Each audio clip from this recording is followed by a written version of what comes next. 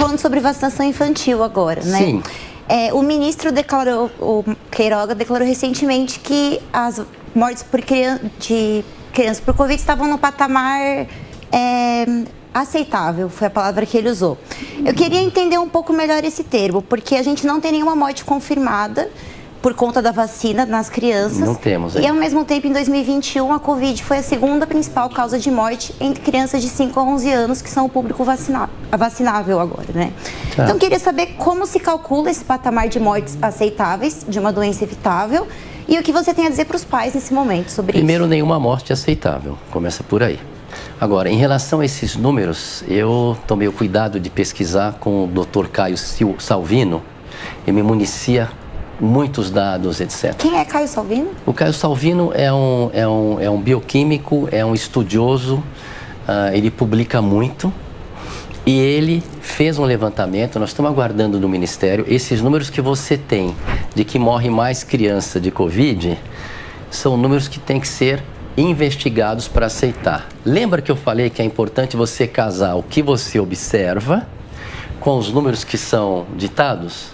É fundamental isso. Um exemplo clássico disso é a imunidade duradoura que eu enfrentei. Como eu sou doutor em imunologia, eu conheço células de memória. Segunda aula do primeiro ano de medicina, imunidade celular. E eu não tomei vacina por conta disso, porque eu analisei o custo-benefício. Então, o que acontece? Quando você pega crianças de 5 a 11 anos, em que você não observa as fatalidades, você só está vendo números que estão te informando, a primeira coisa que eu faço, com o único objetivo de proteger o meu paciente, que no caso são as crianças, é checar se esses números são verdadeiros, porque não bate com o que o americano está vendo.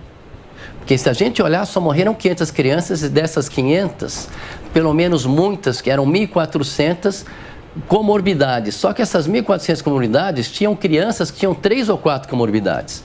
Então esses números não estão fiéis. Uma das coisas que me preocupa muito é a gente já assumir um dado que foi passado.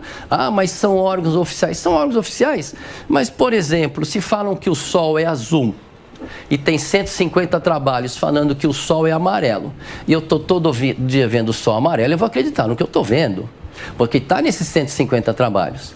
Então, quando você vê também como essa vacina, que estão chamando de vacina, mas é uma terapia genética, ela é confeccionada e ela estimula a produção de uma proteína spike, que é de alta toxicidade. Aliás, essa tese a gente desenvolveu logo no primeiro momento, que eu percebi que quando o vírus era quebrado. Então você fica um pouco preocupado, porque no contrato, eu falei no Ministério da Saúde, com o coração, mas com raciocínio e conclusão. Então, por exemplo, você fica preocupado porque os estudos estão em andamento, sim. O contrato da Pfizer está lá, vacina emergencial. Mas eu não tenho poder, eu só mandei as pessoas botarem a mão na consciência. Eu quero que os pais analisem isso. Você olha para o lado, pergunta em 5 lugares diferentes quantas crianças vocês conhecem que faleceram. Eu acho engraçado, de um mês para cá, mudou tudo. As crianças não eram condições emergenciais, hoje passaram a ser condição emergencial, e eu vejo pediatras lá no passado tranquilos falando: não, as crianças, é raro o desenvolvimento da síndrome multissistêmica, que responde com tratamento, e de uma hora para outra mudaram uma postura, e eu fico inseguro porque eu não sei os riscos, não sei se vai acontecer alguma coisa, mas são crianças em formação. Então, por isso que eu não acho, no presente momento, na situação em que as UTIs não estão cheias, na situação onde não estamos vendo fatalidades de criança, tivemos um monte de casos, só a minha equipe já atendeu do dia 20 de dezembro até hoje 540 casos. Então, você começa a ver que não está havendo uma situação emergencial para a vacina. Então, é por isso que nas vacinas para as crianças, no meu entender, não vale o risco-benefício, é o futuro do Brasil. Agora, veja bem, Chloé, se está UTI de criança lotada, gente morrendo, vamos embora para a vacina, seja o que Deus quiser.